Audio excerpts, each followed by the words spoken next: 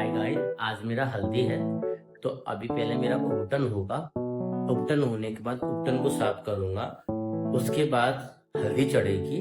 और हल्दी एक नहीं दो चढ़ती है। एक तो फटाफट चढ़ती है, फिर थोड़ा टाइम रुकने के बाद दूसरी चढ़ती है। और हल्दी में बुआ, दादी, बहन, साथ में भाभी कोई ना कोई हल्दी लगाता है। तो यही सारी रस्में हैं जो मैं आपको बता रहा हूँ। बने रहिए मेरे ब्लॉग में और आपको गांव की शादी दिखाता किया जा रहा है।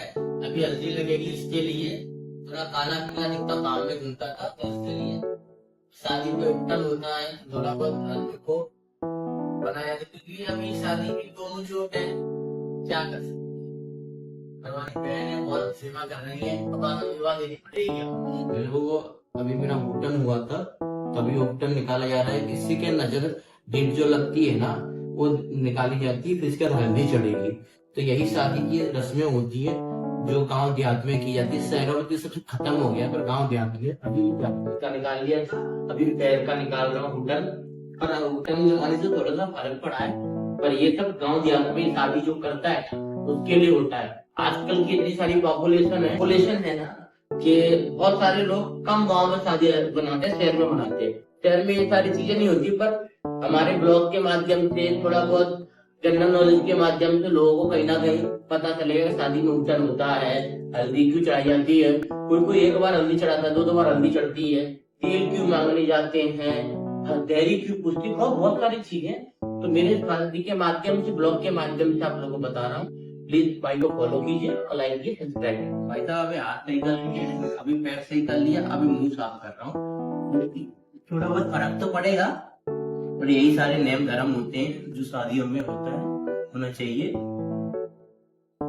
तो भाई लोगों, उपटन मैंने साफ कर दिया है। और ये उपटन क्यों कराया जाता है, इसका नजर उतारा जाता है। जैसे हल्दी लगेगी तो हल्दी से पहले नौवा बाबा उसकी नजर उतारेंगे।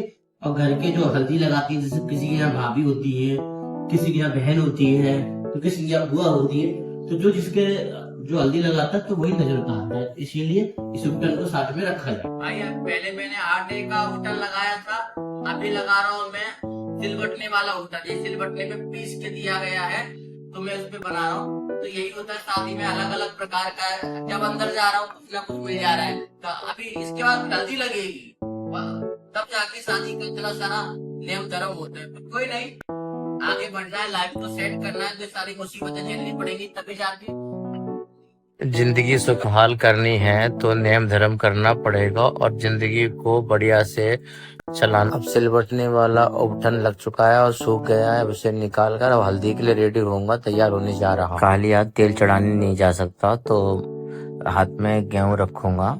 मैंने अपने हाथ को गेहूं भरा है। मम्मी ने, हमारे यहाँ प्रथा होती है, अब धीरे धीरे गेहूं को लेते हुए जाऊंगा, गिराते गिराते जाऊंगा, ठीक है, जिससे अपशगुन ना हो, खाली हाथ से और प्रॉब्लम ना हो। अब मैं ये पहुंच गया हूँ, बैठ गया हूँ। अभी मेरी पहली बहन है, चाचा की लड़की, जो मुझे तेल चढ़ा रही है।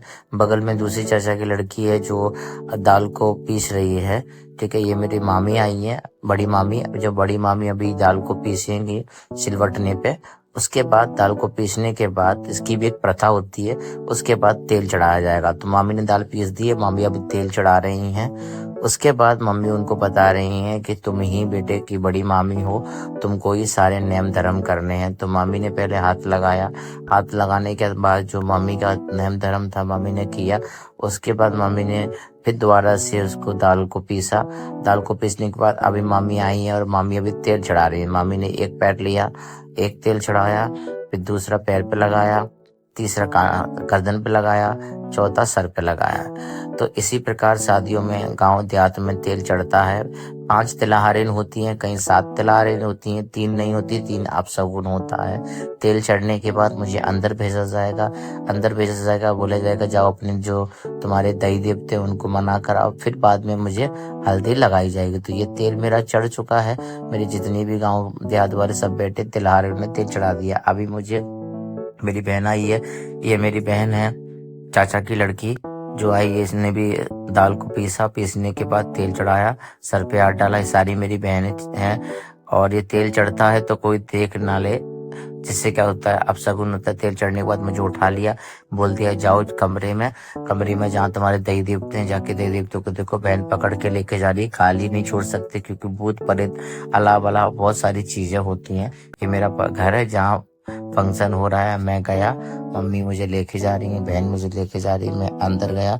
अभी हमारे दही देवते हैं, मैं दही देवतों को देखा, देखकर उनको बैठ गया, उनका आशीर्वाद लिया, नाम लिया, बतासे चढ़ाए मैंने। अंदर से जो था मन में कि शादी अच्छी हो, बढ़िया से हो, सही तरीके से हो, मन में जितना था वो सब मांगा, दही देवतों से हाथ लगाया। हाथ लगाने के बाद दिल की इच्छा जाहिर की। अब मैं अपने हाथ में गेहूं को लेकर गया हूँ। दीदी ने बोला इधर बैठ जा, मामी ने बोला कलश के बगल में गेहूं को डाल दो।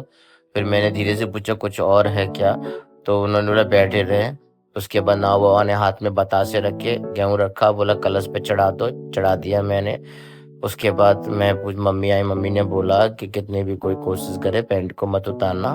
फिर मेरी मामी ने मेरे रूमाल को खोला, बोला कपड़े तो उतार के आता था, रूमाल को खोला। फिर मैंने अपने हाथ से अपने कुर्ते को उतारा। फिर मैं बोल रहा हूँ तो सब बोल रहे हैं घड़ी उतार दे, ये उतार दे, तो मैंने ठीक है उतारता हूँ। फिर मैंने धीरे धीरे करके अपने, मेरी मौसी ने आई, मौसी ने मेरे को कुर्ते को ऊपर खींचा, बोला लाओ मैं उतार देती जल्दी जल्दी। फिर मैंने कुर्ते को मौसी ने ऊपर से खींच कर उतारा। ठीक है, जब कुर्ता उतार दिया तो मैंने अपने पजामे को थोड़ा ऊपर किया, क्योंकि पूरे बदन पे हल्दी लगती है, कोई भी बदन कोरा नहीं होता है इस वजह से। और फिर प्रॉपर बेसिस में हल्दी के लिए मैं बैठ गया। तो जैसे कि पहली जो तिलहारिन थी, मेरी बहन थी, बुआ की लड़की, उसने हल्दी निकाली और लगाना चालू किया। फिर दूसरी तिलहारिन ने लगाया, फिर तीसरी तिलहारिन ने लगाया, फिर चौथी ने लगाया, फिर हमारी मामी ने लगाया, फिर मेरी चाचा की लड़की ने लगाया। और ऐसे करके सब लोग धीरे धीरे करके टूट पड़े हल्दी लगाने के लिए। अब हल्दी तो लगाई जा रही है, हल्दी में पूरा बदन को एक एक जगह से कोई भी जगह छोड़ी नहीं जा रही। मम्मी बोली इधर लगाओ उधर लगाओ, पर इसके अलावा ना जाने किसके हाथ में मिर्ची लगी हुई है, मेरे बदन में मिर्ची के हाथ लगा दी। अब अंदर से ये सोच रहा हूँ, इतनी जलन महसूस हो रही है कि जल्दी खत्म हो, जल्दी खत्म हो। कभी कभी ऐसा होता है, बाजार की जो हल्दी होती है उसमें भी कभी मिर्ची होती है, सिलवटने पे पीसा हुआ होता है, तो उस पे तो सब्जी वगैरह बनती है, उस पे तो मसाला पीसा जाता है, तो उस पे भी मिर्ची हो जाती है। मेरी बहन बोलती यहाँ लगा दूं, मेरी बुआ की लड़की बोलती यहाँ लगा दो, तो सब बोलते हैं जहाँ जहाँ गोरा बदन है लगा दो। तो इसी प्रकार से शादियों में हल्दी लगाई जाती है, और हल्दी पूरे बदन पे लगाई जाती है, कोई भी बदन कोरा नहीं छोड़ता। क्योंकि शादी से पहले जब बंदा अनमैरिड होता है तो वो गोरा बदन होता है, जब शादी हो जाती है तो उसका बदन भर जाता है। इसका विपरीत होता है कि पहले सिंगल था, खाली था, कुछ भी हरकतें कर सकता था, अब कुछ नहीं है, अब वो कमिटेड हो गया। सबने लगाया धीरे धीरे, सब अपना अपना, कोई हाथ से कोई हाथ से। हमारे यहाँ होता है हल्दी लगने के बाद कुछ नाव बाबा को नौचावर की जाती है, तो धीरे धीरे सब लोग, हमारी बुआ दादी बहन वगैरह नौचावर कर रहे हैं। नौचावर होने के बाद एक प्रथा होती है कि दादी अपने बच्चे का आंसू पहुंचती है या काजल पहुंचती है, जिससे क्या होता है बच्चा बड़ा हो गया, अब वो बीबी उसके सारी देख रेख करेगी। फिर मेरी माँ ने थाली दी, इसमें मावर और चावल इसके मुंह पे लगा दो, हल्दी लग चुकी है। शादी में हल्दी क्यों लगाई जाती है? बेटा शादी में इसलिए हल्दी लगाई जाती है, तुम्हारा कोरा बदन है ना, तो शगुन के लिए और पवित्रता के लिए लगाई जाती है, क्योंकि तुम्हारा जो दूर हो जाए। अच्छा, बुराइयां दूर हो जाए और अच्छाइयां मिल जाए। ओके, शादी में और जिसके बंधन में बंध रहे हो तो अच्छा भाग्य चले और भविष्य अच्छा रहे, इसके लिए। और ये कंगन क्यों बांधा जाता है? अच्छा, बाबा पकड़ी खोलेगी, आपकी अर्धांगिनी है। अच्छा बस, अच्छा, जोड़ के लिए ना, एक जोड़ बन रहा है, दोनों का कंगन रहेगा, प्लस हल्दी वगैरह लगाते हैं, और कलश वगैरह इसके लिए रखा जाता है कि शुभ कार्य के लिए।